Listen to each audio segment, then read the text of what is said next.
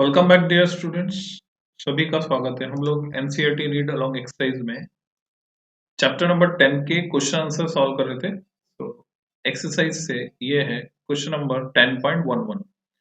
तो 10.11 में आपसे पूछा है, can Bernoulli's equation be used to describe the flow of water through a rapid in a river, explain. तो क्या नदी में जो बहाव है उस बहाव को, जो कैसा बहाव है, तेज बहाव, उसको डिस्क्राइब करने के लिए हम बर्नौली की इक्वेशन का इस्तेमाल कर सकते हैं। तो जो भी रूल्स होते हैं, लॉज होते हैं, थ्योरम्स होती हैं, इनके एप्लीकेबल होने की कुछ शर्तें होती हैं, कंडीशंस आर अप्लाइड। तो हमें देखना होगा बर्नौली इक्वेशन कहाँ लगाई जा सकती है। तो उसमें आता है इनकम्प्रेसिबल नॉन विस्कस फ्लूइड, इन streamline motion, steady flow.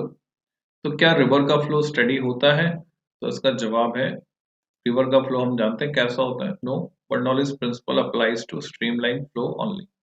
Reverse का फ्लो टर्बुलेंट होता है, तो हम उसके लिए अप्लाई नहीं कर सकते। Bernoulli's theorem is applicable only for the ideal fluids in streamlined motion, since the flow of water in a river in a rapid way cannot be treated as streamlined motion, the theorem cannot be used.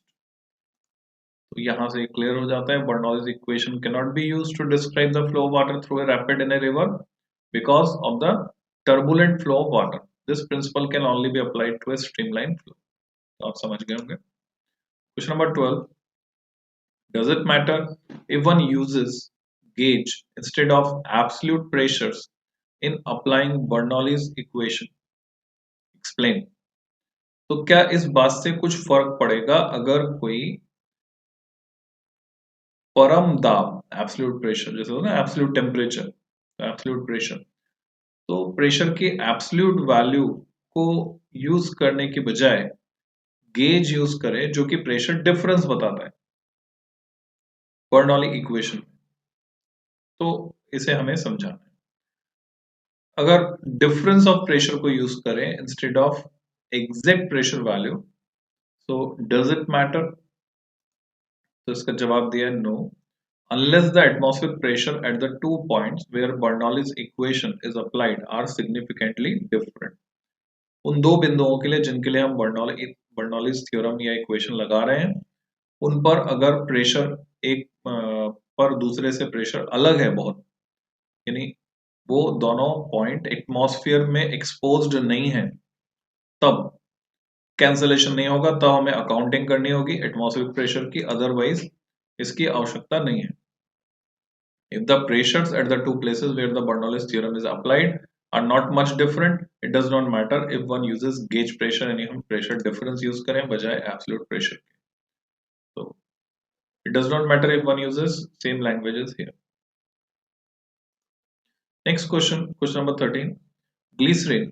Glycerine जैसे कि आप जानते हैं, हाथ पैर फटते तो हम ग्लिसरीन का इस्तेमाल करते हैं, नींबू के साथ मिला के लगा सकते हैं ग्लिसरीन को रात में। सुबह तक फिर जो है स्किन बिल्कुल बढ़िया नई जैसी हो जाती है। और ग्लिसरीन में अगर पोटेशियम परमैंगनेट मिलाया जाए तो ये मिक्सचर आग पकड़ लेता है, खतरनाक होता है, पहले धुआं निकलता है क्योंकि एक्सोथर्मिक रिएक्शन होती है। तो केमिस्ट्री में ग्लिसरीन का बहुत रोल है। ग्लिसरॉल जो है ज्यादातर सौंदर्य प्रसाधनों में मिला होता है, जो कि एटमॉस्फेयर से नमी सोख लेता है, जिससे त्वचा चमकदार नजर आती है। Okay, glycerine flows steadily, viscous liquid होता है ग्लिसरीन जो है, थ्रू ए हॉरिजॉन्टल ट्यूब। इसकी लेंथ 1.5 मीटर है, रेडियस 1 सेंटीमीटर है। Amount of glycerine collected per second at one end is 4 into 10⁻³ kg per second. ये फ्लो रेट आ गए यहाँ पे हमारे पास, वॉल्यूम में कन्वर्ट करेंगे तो। What is the pressure difference between the two ends of the tube, वो हमसे पूछा है। डेंसिटी दे दी गई है ग्लिसरीन की 1.3 into 10⁻³ kg per meter cube। तो यहाँ से साफ साफ पता चल रहा है पानी से कितनी डेंस है। विस्कोसिटी भी दी गई है 0.83 पास्कल सेकेंड। विस्कोसिटी की यूनिट पास्कल सेकेंड भी काम आती है, आपको उससे फैमिलियर होना है। You may also like to check if the assumption of laminar flow in the tube is correct. Laminar flow हो रहा है क्योंकि यहाँ स्टेडिली लिखा हुआ है, ये नहीं हो रहा है वो भी हमें चेक करना है, वो हम रेनॉल्ड्स नंबर से चेक कर सकते हैं। तो बच्चों ये न्यूमेरिकल है, तो न्यूमेरिकल का सॉल्यूशन यहाँ पर आप देख रहे हैं, आंसर दिया खाली एनसीईआरटी में 9.8 इंटू 10^2 पास्कल, और रेनॉल्ड्स नंबर जो है 0.3 है, इसलिए हम बोलेंगे फ्लो लैमिनार है, क्योंकि 1000 से 2000 के बीच बदलता है तो फ्लो लैमिनार से टर्बुलेंट हो जाता है। तो इसका डिटेल सॉल्यूशन अगर हम देखते हैं तो यहाँ क्वेश्चन चेंज है, ठीक है, यहाँ पर क्वेश्चन चेंज है, यहाँ चलते हैं। Length of horizontal tube 1.5 metre, radius of the tube 1 centimetre, उसको हमने मीटर में बदला, डायमीटर निकाला 2r करके 0.02 मीटर आ गया। ग्लिसरीन स्टेडी रेट पर फ्लो हो रही है 4 इंटू 10⁻³ kg पर सेकेंड। मास हमें दिया हुआ है, डेंसिटी हमें दी हुई है, विस्कोसिटी दी हुई है, हमने वॉल्यूम निकाल लिया, यानी फ्लो रेट निकाल ली, volume of glycerine flowing per second, तो V आ गया m/ρ, mass upon density 3.08 into 10⁻⁶ meter cube per second. This is flow rate. According to Poiseuille's formula अगर हम लगाते हैं, we have the relation for the rate of flow V equal to pi rho r4 upon 8 eta L. Directly याद रख सकते हैं आप इस फॉर्मूले को, पॉइज़ोली के फॉर्मूले को। तो ये फ्लो रेट है V। ये कहाँ पर मिलेगा आपको फॉर्मूला बच्चों? वो वेंचुरीमीटर और वहां पर आपको ये मिलेगा। P प्रेशर डिफरेंस है between the two ends of the tube. तो P के लिए अगर मैं इसको कन्वर्ट करता हूं तो फॉर्मूला मॉडिफाई हो जाएगा V into 8NL upon pi R4। तो यहाँ पर कुछ मिसमैच मुझे नजर आ रहा है इस सॉल्यूशन में। यहाँ पर ये रॉ दिख रहा है और यहाँ उसको P कर दिया है और P करके कैलकुलेट कर दिया। तो एक्चुअली पॉइज़ोली के फॉर्मूले में P होता है या रॉ होता है, वो हमें चेक करना चाहिए। तो यहां से हम देख पा रहे हैं, ये मैंने इंटरनेट पर खोला है, Q जो कि फ्लो रेट होती है वो होता है P2 माइनस P1 पाई R4 अपॉन 8 ईटा L, जो मैच हो रहा है बच्चों इस फॉर्मूले से। ठीक है, तो ये रॉ नहीं है, ये है प्रेशर डिफरेंस। एक्चुअल में ये प्रेशर डिफरेंस है, P2 माइनस P1 है, जैसे कि मैंने आपको यहाँ पर बताया। लैमिनार टर्बुलेंट फ्लो में ये हम डिराइव कर सकते हैं, Q is P2 minus P1 upon R, और ये है P2 माइनस P1 पाई R4 अपॉन 8 ईटा L। पॉइज़ोली की जो ये इक्वेशन है, फॉर्मूला है, डेरिवेशन की जरूरत हमें यहाँ पे नहीं पड़ती है। ये लैमिनार है, फ्लो ऊपर जाके टर्बुलेंट हो गया। अगरबत्ती के साथ आप खेल के धुएं, अगरबत्ती के धुएं को ध्यान से ऑब्जर्व करें तो ये सब आप ऑब्जर्व कर पाएंगे। So this solution is correct, बस सिंबल का नोटिफिकेशन गड़बड़ है। और रेनॉल्ड नंबर कैलकुलेट करने के लिए हमने ये फॉर्मूला यूज किया, रॉ पीवी ऐसा होता है। 4 क्यों आ रहा है यहाँ पर? ये रेडियस आर, ये रेडियस नहीं है, आर रेनॉल्ड नंबर है। डायमीटर यूज किया इसलिए आ रहा है 4। इसको भी चेक कर लेते हैं क्योंकि रेनॉल्ड्स नंबर का फॉर्मूला तो हमने पढ़ा है बच्चों। यहाँ हम देख सकते हैं रेनॉल्ड्स नंबर का फॉर्मूला अलग अलग फॉर्मेट में हमें दिख रहा है, डिफरेंट फॉर्मेट से, और 4 का फैक्टर यहाँ पर दिखाई दे रहा है। ठीक है, अलग अलग फॉर्मेट है इसके।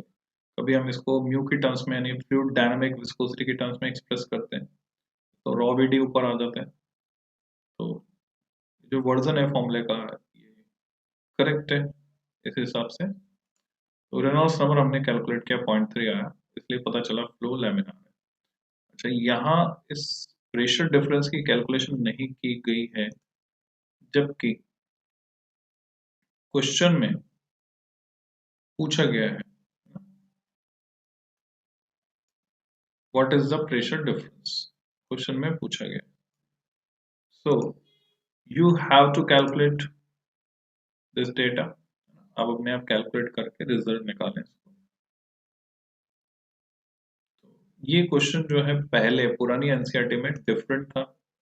पुरानी एनसीईआरटी में क्वेश्चन ये था in a test experiment on a model aeroplane in a wind tunnel.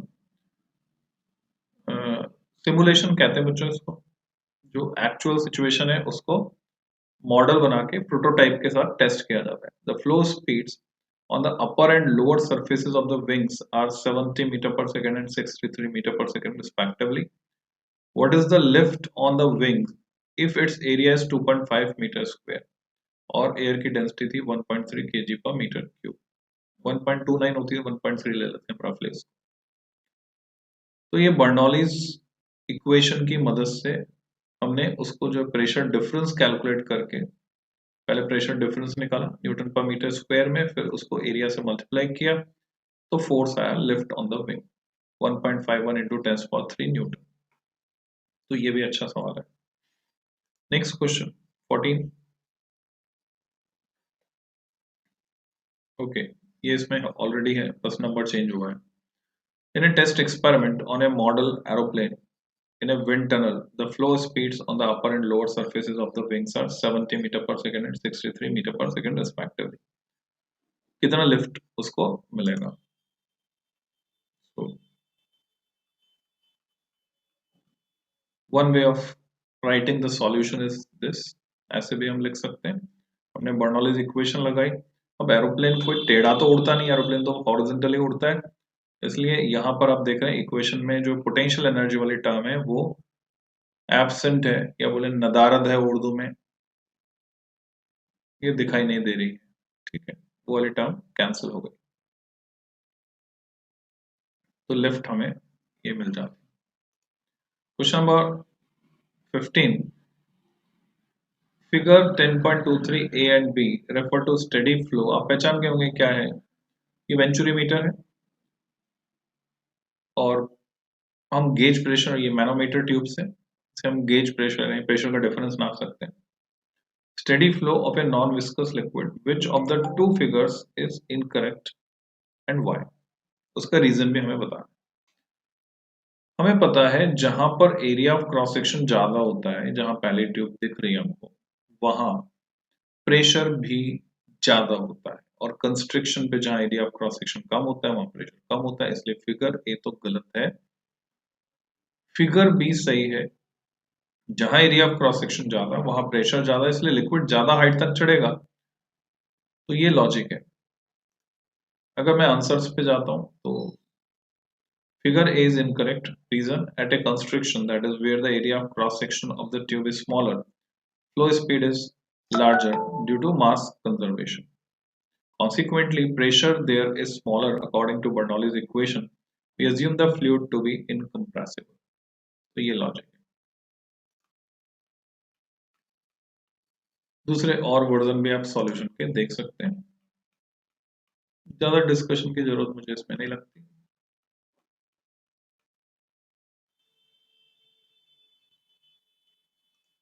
Question number 16. The cylindrical tube of a spray pump has a cross section 8 centimeters square, one end of the which has 40 fine holes, each of diameter 1 millimeter. Practical situation. If the liquid flow inside the tube is 1.5 meter per minute, rate they the. Metre पर minute तो कैसे होगा? Okay, speed दी, speed किस speed पे बह रहा है, और मीटर पर मिनट यूनिट है तो मीटर पर सेकंड में इसको कन्वर्ट करना होगा. What is the speed of ejection of the liquid through the holes, निकलते वक्त. तो डिफ्यूजर यही काम करता है. एनसीईआरटी में डायरेक्ट आंसर मिलेगा आपको 0.64 मीटर पर सेकंड. स्पीड कम हो गई है या बढ़ गई है, आप कैसे अंदाजा लगाएंगे? 0.64. तो पहले 1.5 मीटर पर मिनट को मीटर पर सेकंड में बदलना पड़ेगा, तब आप कंपेयर कर सकते हैं कि स्पीड बढ़ गई या घट गई. फिर कंसेप्चुअली चेक कर सकते हैं बढ़नी चाहिए या घटनी चाहिए. सॉल्यूशन देखते हैं. A1 हमारे पास है 8 सेंटीमीटर स्क्वायर. वेलोसिटी फ्लो 1.5 हमने देखा 2.5 10⁻² मीटर पर सेकंड. ये आ गई velocity of flow. Area of each hole pi D square by 4. ये एरिया निकाल लिया हमने हर होल का 7.85 10⁻⁷ मीटर स्क्वायर. 40 होल्स का टोटल एरिया निकालते हैं 3.14 टेंस पावर माइनस 5। तो एरिया जो है हम देख रहे हैं डिक्रीज हो रहा है, रास्ता रुक रहा है। V2 अगर वेलोसिटी इजेक्शन ऑफ फ्लूइड की, तो कंटिन्यूटी की इक्वेशन अगर मैं लगाता हूँ A1 V1 equal to A2, V2 यहाँ से V2 मुझे मिलता है जो निश्चित रूप से बढ़ गया है किससे, पहले जो वेलोसिटी थी उससे। पहले वेलोसिटी थी 0.025 मीटर पर सेकेंड, अब हो गया 0.64 मीटर पर सेकेंड। यही कारण है कि आप जब पाइप के आगे अंगूठा लगा देते हैं, उंगली लगा देते हैं, वेलोसिटी बढ़ जाती है बच्चों, प्रेशर कम हो जाता है। Another version of solution is here. ये हुआ question number 16। Now 17. U-shaped wire is dipped in a soap solution and removed. The thin soap film formed between the wire and the light slider supports a weight of 1.5 times per minus 2 Newton. Imagine कीजिए, which includes the small weight of the slider. इसमें ही आ गया weight. The length of the slider is 30 centimeter. What is the surface tension of the film? तो उसको support कर रहा है, यानी उससे हम उसको उठा सकते हैं। तो डायग्राम बनाएंगे इसका तो और क्लैरिटी आएगी। एनसीईआरटी में डायरेक्ट आंसर मिलेगा आपको। और सॉल्यूशन अगर मैं दिखाऊं आपको, फोर्स ऑन स्लाइडर हमने लिख लिया, ये जो दिया हुआ है। लेंथ 30 सेंटीमीटर जो दी हुई थी उसको हमने मीटर में बदला, तो सरफेस टेंशन ऐसा होता है force per unit length, surface tension हमें मिल गया। फैक्टर यहाँ पर 2 इसलिए लिया क्योंकि दो फिल्म होंगी, दो सतह, ये कुछ इसी तरह का अरेंजमेंट है जैसा आप ये देख रहे हैं फिगर 17 में। तो एक सामने से जो दिख रही है, एक पीछे से जो दिख रही है, that's why factor of 2 is here.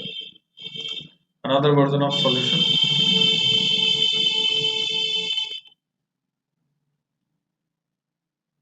So now next question 18. Figure shows a thin liquid film supporting a small weight 4.5 tons per minus 2 Newton. What is the weight supported by a film of the same liquid at the same temperature in figure B and C? Explain your answer physically. 40 centimeter, 40 centimeter, 40 centimeter. Okay, 40 centimeter तो क्या चीज है? Weight 4.5 to 10 per minus 2 Newton. A में weight supported by film same temperature, ऐसे question में दिया है। Answer में जाते हैं तो 4.5 into 10 power Newton for B and C, the same as in A. तीनों केस में सेम, B और C में, क्योंकि हम जानते हैं सरफेस टेंशन फिक्स है। लास्ट जो न्यूमेरिकल हमने किया उससे क्लियर है कि अगर लेंथ जो है वो 40 सेंटीमीटर है इसकी, तो ये जो ऊपर जो शेप है ये मैटर नहीं करता, और फिल्म का जो सरफेस एरिया है खिंचाव वो भी मैटर नहीं करता। तो वो जो सपोर्ट करेगा वो सेम सपोर्ट करेगा। अगर मैं आपको इसका सॉल्यूशन दिखाऊं, लेंथ L 40 सेंटीमीटर दिया हुआ है, फोर्स F, तो सरफेस टेंशन जो है वो कांस्टेंट आएगी। In case of figures B and C, length is again same है, तो स्मॉल वेट जो कि वो सपोर्ट कर पाएंगे वो सेम रहे। F equal to S into 2L, S into 2 into 40। ठीक है, तीनों केस में सेम रहे। ये सरफेस टेंशन की वैल्यू 4.5 टू 10 माइनस 2 न्यूटन वापस हमको मिल गया। अनदर वर्जन ऑफ सॉल्यूशन जैसे भी आप समझना चाहें। Question number 19.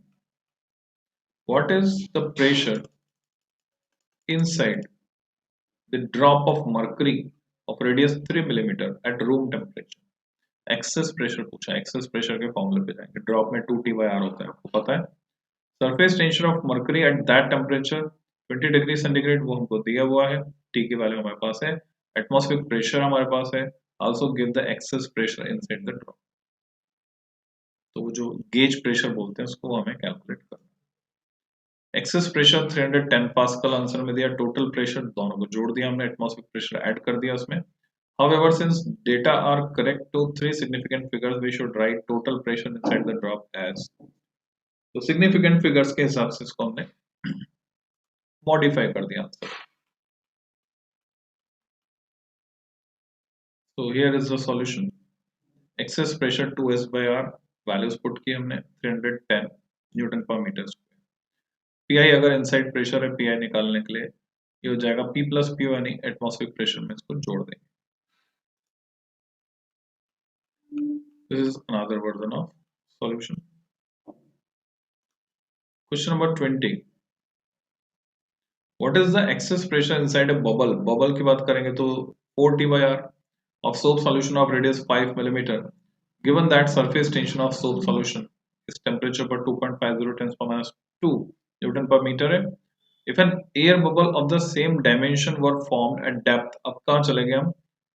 Inside container containing soap solution. अब लिक्विड के अंदर चले गए तो अब सिर्फ एक ही सरफेस है, तो प्रेशर डिफरेंस चेंज हो जाएगा. Excess pressure 2T by R आ जाएगा. Relative density, what would be the pressure inside the bubble, atmospheric pressure आपको दिया हुआ. तो सीक्वेंस में कंसेप्ट एक्सटेंड होता चले जा रहा है, इसी कंसेप्ट का एक्सटेंशन है.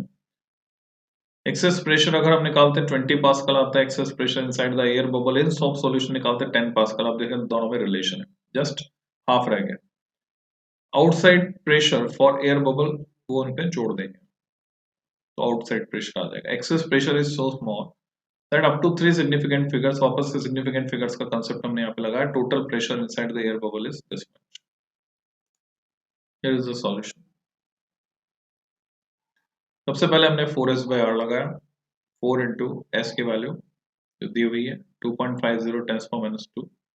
r की वैल्यू वो भी हमको गिवन है, 5 मिलीमीटर को हमने मीटर में बदला तो 20 पास्कल आ गया. ये तो क्वेश्चन नंबर 19 था. मैं अब जाता हूँ. ओके, ये क्वेश्चन है. फिर बबल जो है वो अब डेप्थ 40 सेंटीमीटर पर है अंदर, तो इस गहराई की वजह से एक्स्ट्रा प्रेशर पड़ेगा उस पर. और excess pressure 2s by r है तो यहाँ तो जस्ट 10 पास्कल आ गया. अब आउटसाइड प्रेशर अगर कंसिडर करते हैं तो PO, pressure of water above the bubble plus atmospheric pressure. तो रॉ गेज में हमने जोड़ा तो ये वैल्यूज सारी इसमें रखी हमने, तो पीओ मिला हमको 1.057 10 पर 5 पास्कल. तो उसके अंदर है अगर पीआई प्रेशर तो पीआई यहाँ से हम कैलकुलेट कर सकते हैं. Another version of solution is here. Given data सब लिख लिया हमने, डेप्थ की वजह से प्रेशर निकाल लिया. पी पहले बार 4s by r, दूसरी बार 2s by r, इस तरह से.